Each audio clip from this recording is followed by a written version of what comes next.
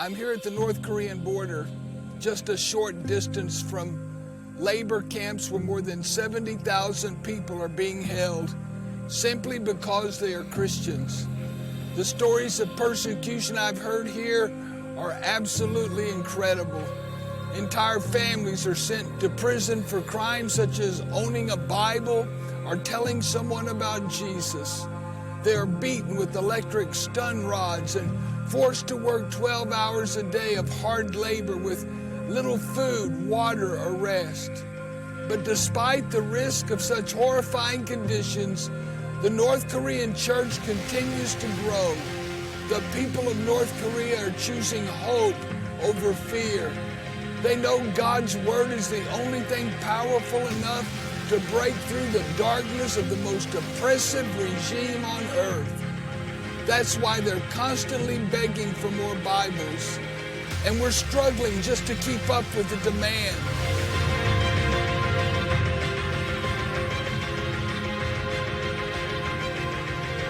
But today, you can help meet the physical and spiritual needs of persecuted Christians and other people in need around the world.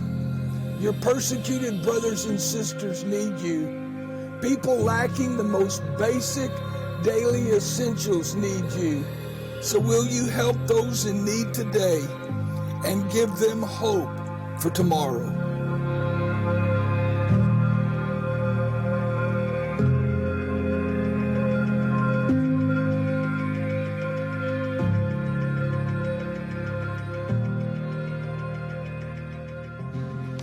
Good morning. I am so excited to be here. I was telling the people in the early service that I speak in a different church every weekend, so I grade the church on the basis of their worship band and worship leader, and I told them I'd give you guys an A+. And Derek wanted me to tell you that if I did it on the preaching, it would even be a higher grade than that. Thank you, Derek. I just praise God for how he's using you. You know, I'm a cancer survivor, so I'm just glad to be anywhere today. And I'm excited today that my sister and brother-in-law are here from Highlands Ranch. Debbie, you and Burl stand. They're in the back where. And my assistant and her husband are here, Megan and Dustin. Dustin's doing his residency at Sky Ridge Medical Center, and Megan torments me daily by phone. She lives here in Denver, and I live in Virginia, so I'm so glad that they're able to be here for this special occasion too. So I remember the day that the doctor told me I had cancer to go home and put my affairs in order. I may not survive, he said. They operated to remove a 5-pound tumor from off my heart and lungs and said if they'd waited another week, it would have been too late. 18 surgeries, 2 years of chemotherapy and radiation, many times near death's door, until they announced that I was in remission. Aren't you glad doctors are sometimes wrong? Yeah. And during that first surgery, they severed the nerve to my vocal cords in order to get all of the tumor. And so I couldn't speak for 2 years, just with a little high-pitched whisper. That was very frustrating.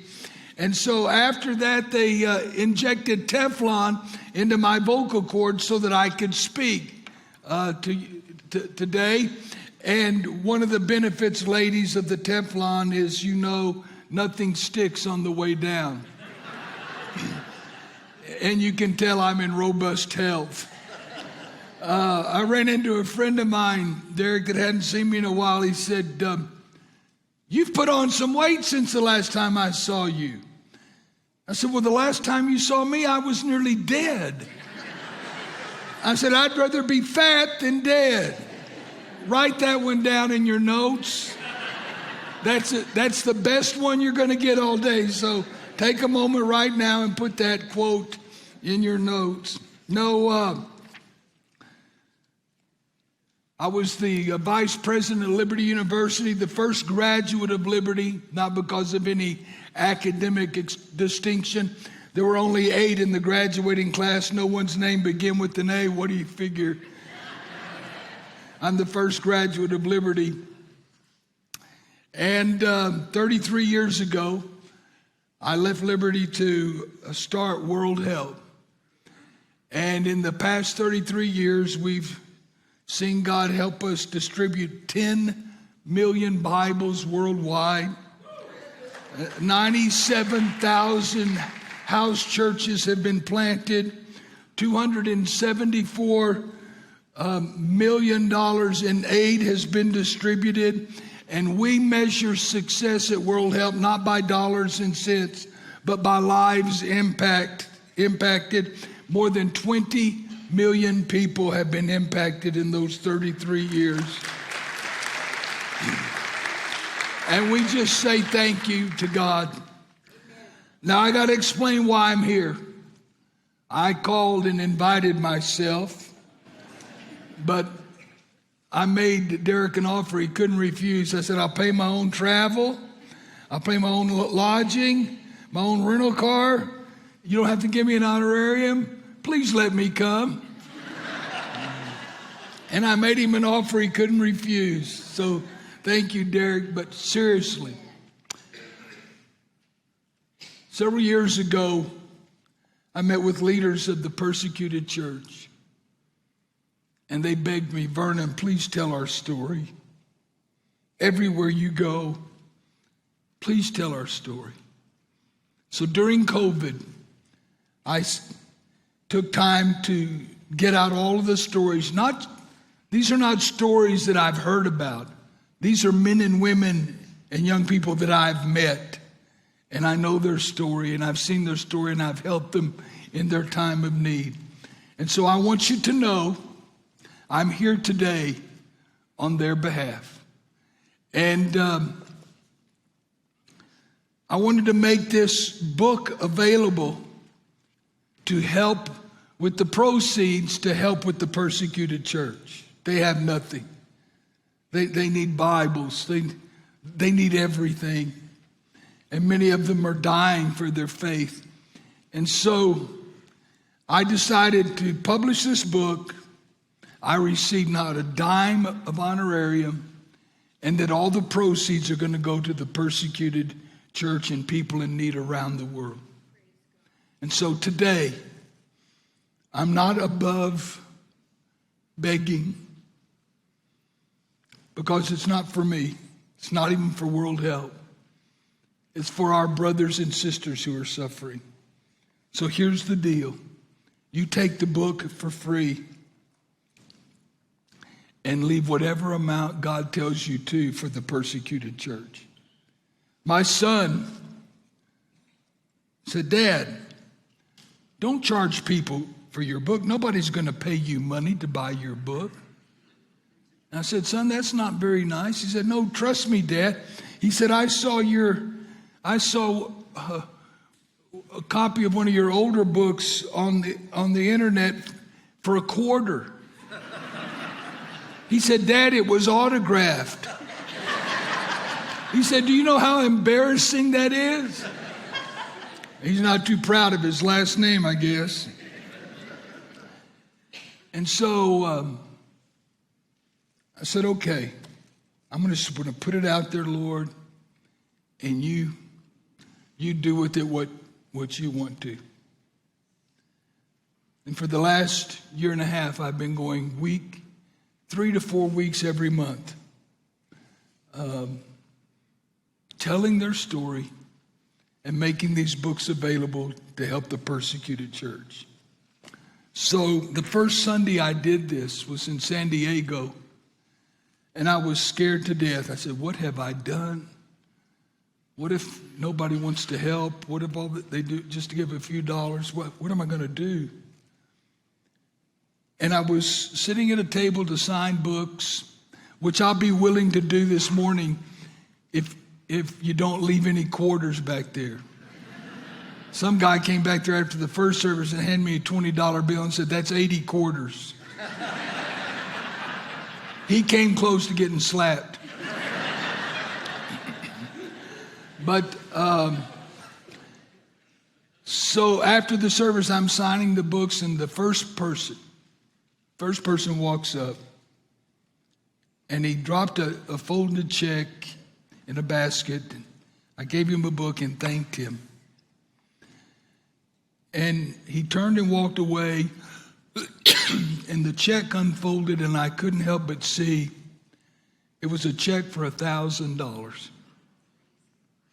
It was obvious he wasn't doing that for a book. He was doing that for his brothers and sisters in Christ.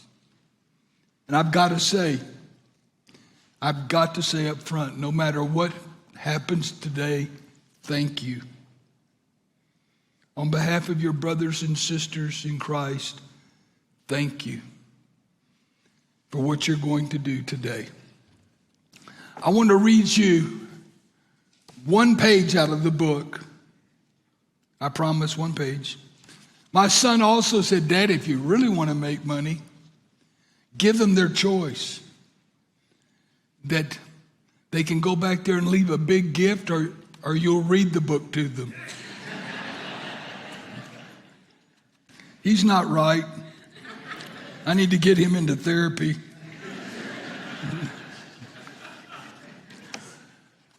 One page from the prologue. It's entitled, "If I Die." This explains where the title came from. I met Ping several years ago on a trip to Vietnam. Her story of persecution is the kind that haunts you for days and weeks later, and in some respects still haunts me today. I'll never forget the look on her face as she recounted the abuse and torture she had endured for being a faithful follower of Jesus Christ. This 34-year-old woman had once been a Buddhist living in a monastery. Excuse me. That's what I get for stealing those snacks between services. They're free? I'll be right back.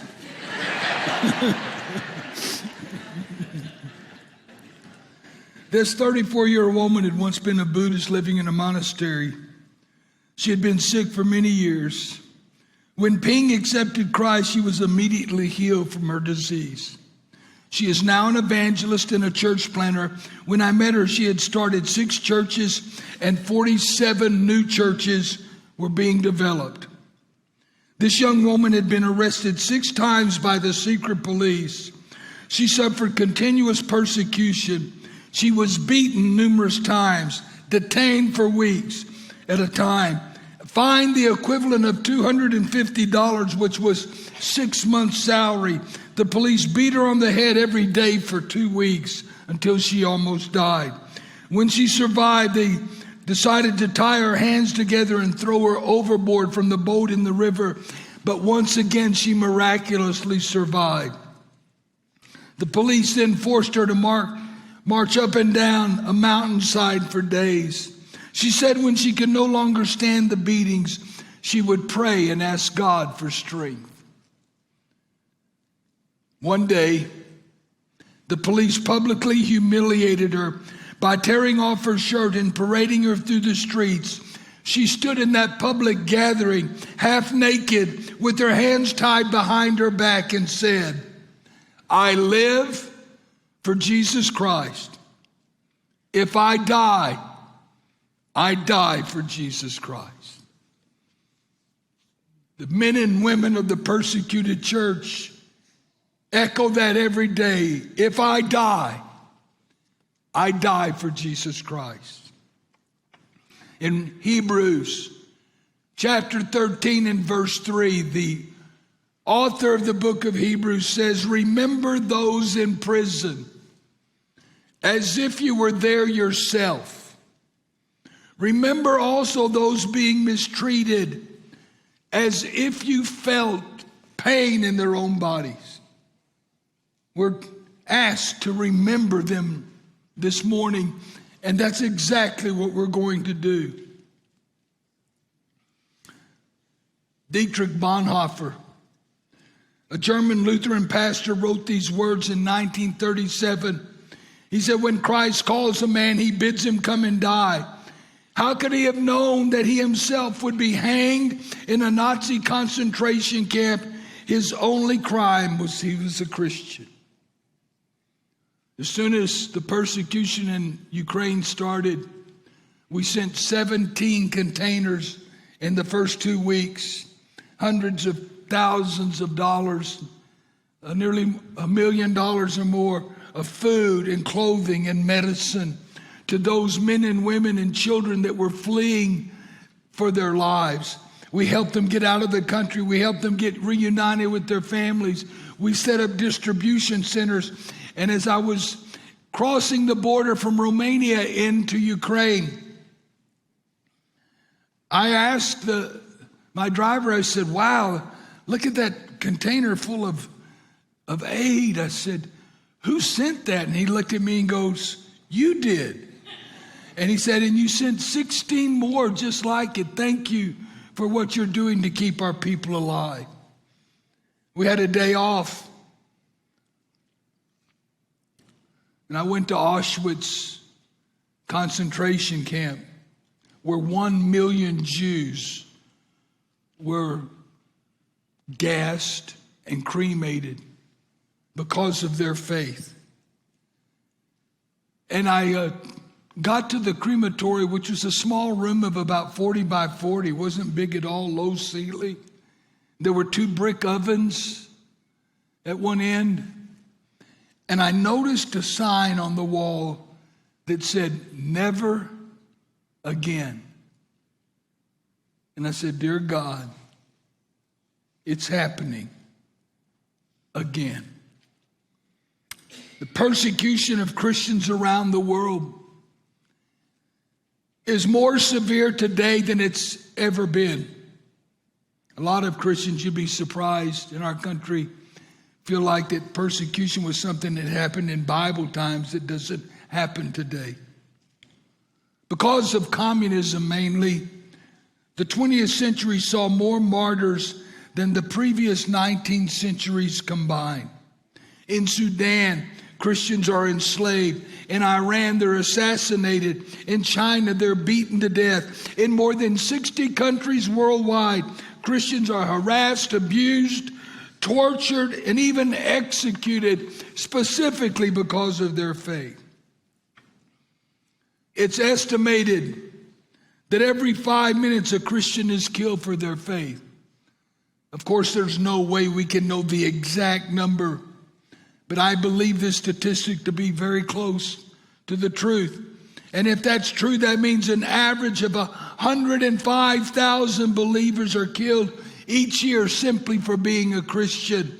And that also means that in the past 10 years, we've seen more than 1 million martyrs. Think about that. And I'm here to say to us this morning, 1 million martyrs are more than enough. And these are not wild rumors, nor are these simply Christians who are suffering from war. But hundreds of millions of Christians are suffering simply because of what they believe. As you know, Stephen was the first martyr of the early church. He was stoned to death. James, the son of Zebedee, was beheaded. Philip was crucified. Matthew was slain with an axe. James the Less was beaten to death. Matthias was beheaded. Andrew was crucified on an X-shaped cross. Mark was dragged to pieces. Peter was crucified upside down. Paul was beheaded. Jude was crucified. Bartholomew was crucified. Thomas was thrust through with a spear. Luke was hanged on an olive tree. And Simon was crucified. Only one of the Lord's early disciples, apostles, John, the beloved disciple, was the only apostle to escape a violent death. One authority writes, Christian persecution did not stop with the deaths of the apostles. It has continued throughout the centuries and grown dramatically in the past few decades. But make no mistake, Christian persecution is increasing, and one way or another it affects us all. I was 10-year-old boy when I picked up a copy of Fox's Book of Martyrs and read the story of one of the early church fathers, Polycarp, and how he died for his faith. And my friend Mark Patterson wrote a book. Mark's a pastor in Washington, D.C., just very close to our nation's capital. And he tells this story so well, I just want to quote him. The martyrdom of Polycarp, February 23rd, A.D. 155, Smyrna, Greece. Mark says, just like Jesus entering Jerusalem, Polycarp was led into the city of Smyrna on a donkey. The Roman proconsul implored Polycarp to recant. He said, swear by the genius of Caesar. Polycarp held his tongue and held his ground, and the proconsul prodded and said, swear and I will release you. Revile the Christ. And as a 10-year-old boy, I read those words of Polycarp's response when he said, 86 years have I served him, said Polycarp, and he has done me no wrong. How then can I blaspheme my king who has saved me? The die was cast. Polycarp was led to the center of the Colosseum, where 3 times the proconsul announced, Polycarp has confessed himself to be a Christian. The bloodthirsty crowd chanted for death by beast, but the proconsul opted for fire, and his executioner seized his wrist and nailed him to the stake. But Polycarp stopped him and said, he who gives me strength to endure the fire will enable me to do so without the help of your nails. The pyre was lit on fire, but Polycarp prayed one last prayer. He said, I bless you because you have thought me worthy of this day and this hour to be numbered among your martyrs in the cup of your Christ. And soon the flames engulfed him, but strangely they did not consume him.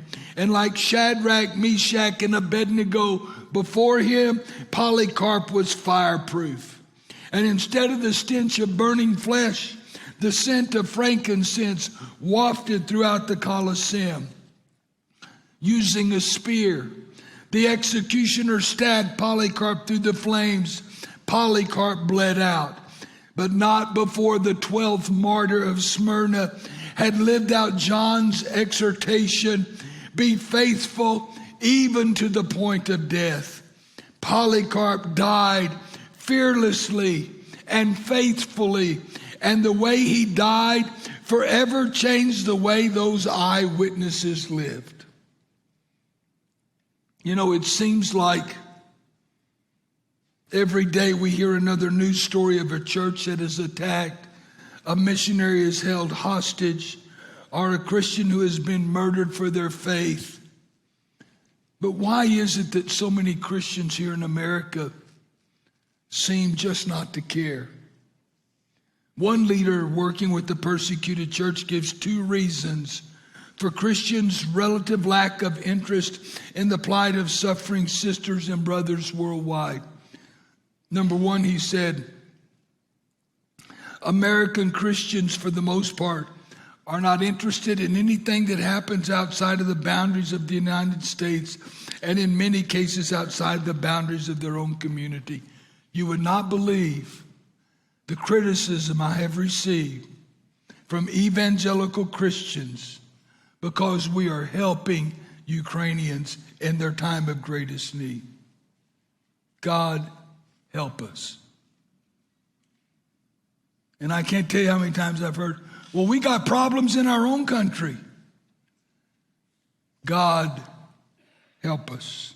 Number 2, he said, American Christians have no experience of persecution or suffering for their faith that remotely resembles the experiences of many of our overseas brothers and sisters. It is difficult to empathize, and many American Christians refuse to believe what is reported because it is so far outside of their own experience. I've seen the actual scars. I've heard the heartache and sorrow in their voices. I have seen the suffering in their eyes.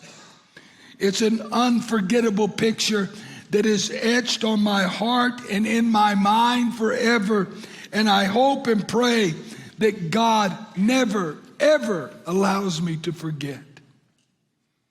And although we live in a world of disbelief and mistrust, we as Christians cannot afford to be skeptics about persecution.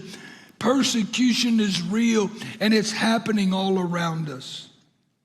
We should be on our knees, and then let me also say, and it's coming to us. We better get ready. It may already be on its way. And we should be on our knees every day, thanking God that this is not what we must endure daily.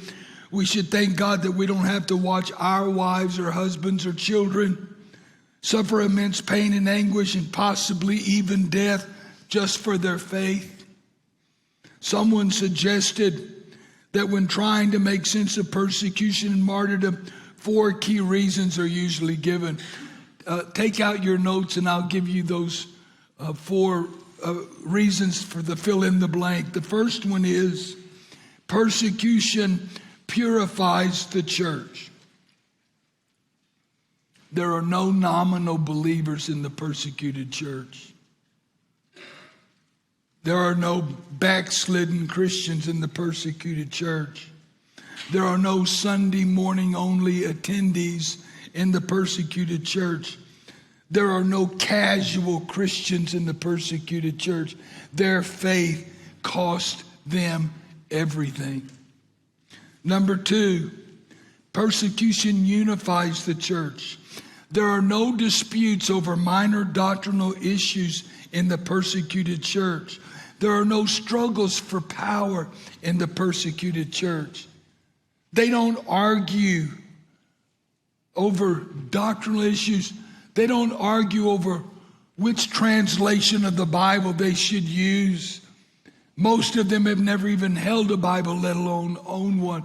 And when they receive a Bible for the first time, many of them tear a page out and commit both sides to memory and give the rest of the Bible to someone else to pass around. Number 3, persecution strengthens the church. Believers in the persecuted church are courageous and bold because every day they are forced to take a stand for Jesus Christ. And then number 4, persecution grows the church. In 1950, when communism took over in China and the missionaries were expelled, there were only 1 million Christians in the entire country. Today, even the government recognizes that there are at least 44 million Christians in China. Some estimate that it could be as high as 130 million. And the reason we don't know for sure is that so many of them are meeting secretly in house churches. I'll never forget the day I met Pastor Lin Sing Gao. His Western name was Pastor Samuel Lamb. He was under house arrest in Guangzhou, China. All I had was a little piece of paper with the address, 35 Damazon Street. And I walked up this alley till I came to a 3-story apartment. The first floor, the secret police were living there because Samuel Lamb was under house arrest. The second and third floor, the walls had been taken out to make room for a house church. Samuel Lamb met me and told me that he had spent 20 years in prison His only crime was doing what I'm doing right now. His mother and wife died while he was in prison, and they didn't even bother to tell him. He didn't find out for over a decade later that they were gone. He started preaching from his third floor apartment, and people started coming. They started adding services, and the government got nervous, and so they rearrested him and beat him and interrogated him and told him to go home and stand up before the church the next Sunday and tell them to close the church. I said, well, what'd you do? He said, I stood up and told them to close the church. I said, well, what happened? He said, the next Sunday our church attendance doubled. The last I checked, he's with the Lord right now, but the last I heard, he was having 5 or 6 services in that apartment every week. It was one of the largest house churches in all of China. When I came in, there was a folding table with young people writing feverishly. I found out they only had 1 copy of a Bible for the whole church, and the young people were making copies of the Gospel of John to give to their friends the next day at school. Are you kidding me?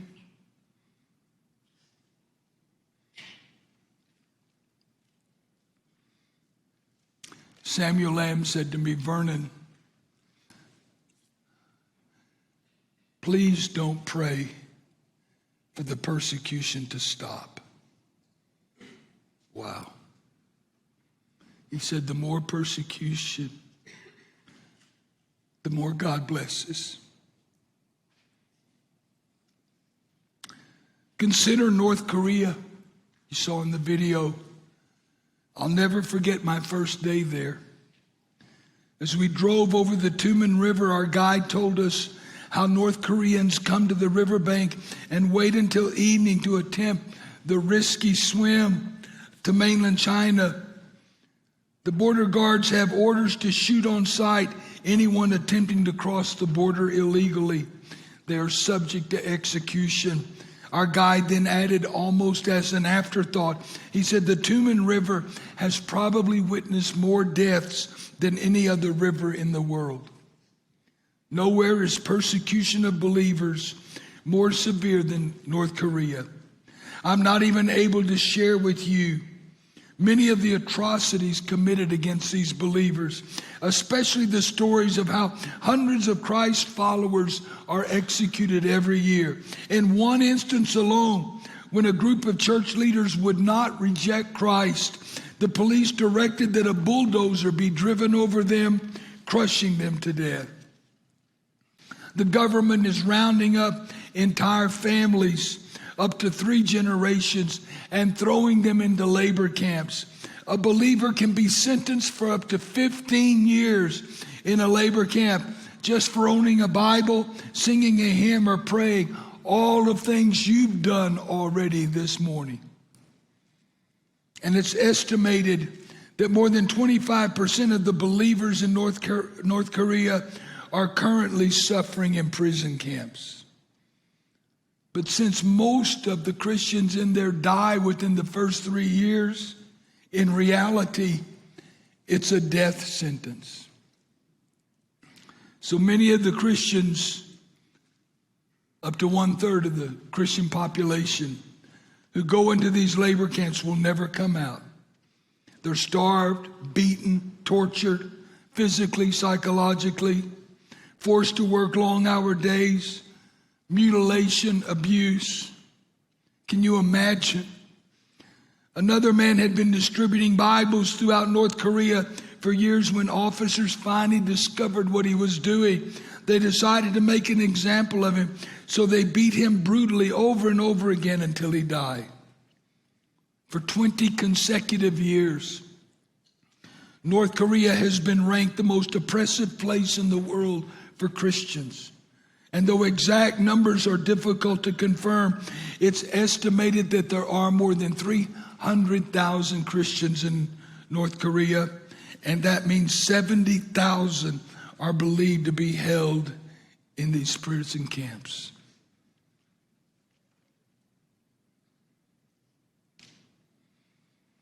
I don't pretend to understand even a fraction of what these people are going through. But I do know if I were in their shoes, I would want to know that somebody cared about me. North Korea needs more Bibles and more churches. It's the one thing they asked me for.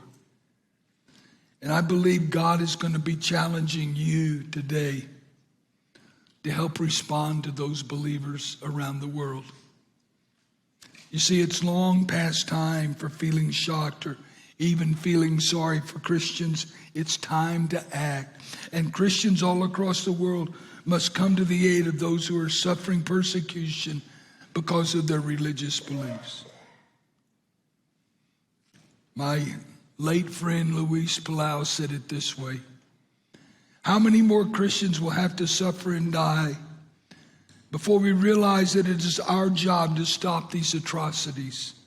We are often so caught up with our own petty problems that we don't make time to think about Christians who are bleeding and dying across the world. There's so much more that needs to be done. There's so many needs. They need to have training to plant churches. In India alone, there are over 500,000 villages and cities without a church of any kind. We must train leaders to plant churches. Number two, they need to have buildings in which to meet. The Hindus say to the Christians in Asia, if your God is so great, why don't you have a place to worship him? Number three, they need Bibles. There are still millions of Bibles, millions of people rather, who have never even held a Bible, let alone owned one. They need prayer.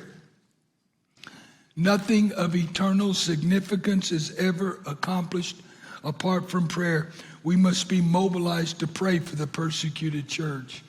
I wrote this book in such a way that it's divided. The chapters are divided by countries, so you can pray specifically for that country. This would be a great resource for some of you prayer warriors in this church to use to pray for your persecuted brothers and sisters. And finally, they need for us to follow their example. So what do you mean? The persecuted church does not understand our lifestyle. The persecuted church does not understand our materialism, our selfishness, our prayerlessness. It's a mystery to them how they can have so very little, and yet they love God so very much. And when they look at us from a distance, it appears to them that we have so very much, but in compared to them, love God so very little. I say to you today, if the believers in North Korea and India and China and Vietnam and all around the world are willing to die for Jesus Christ, surely we should be able to live for Jesus Christ. In 1 John 3, verse 17, I believe these are the words that Jesus is shouting to us today. If you see some brother or sister in need and have the means to do something about it, but turn a cold shoulder and do nothing, what happens to God's love? It disappears. And you made it disappear. My dear children, let's not just talk about love. Let's practice real love. In the words of William Wilberforce, who helped end slavery in Great Britain, he said, "You can choose to look the other way, but you can never again say you did not know." God, why have you brought us here today? What is it you want us to do to help suffering people? I turned 76 last week. This is where you're supposed to say,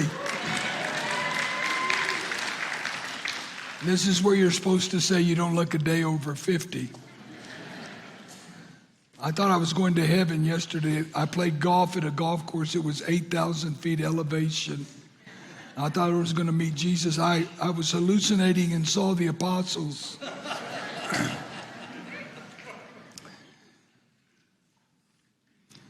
Took my family out to a Japanese restaurant, and that was a trip for those little grandkids with all that fire and smoke and food flying through the air. But we had a great time. Someday,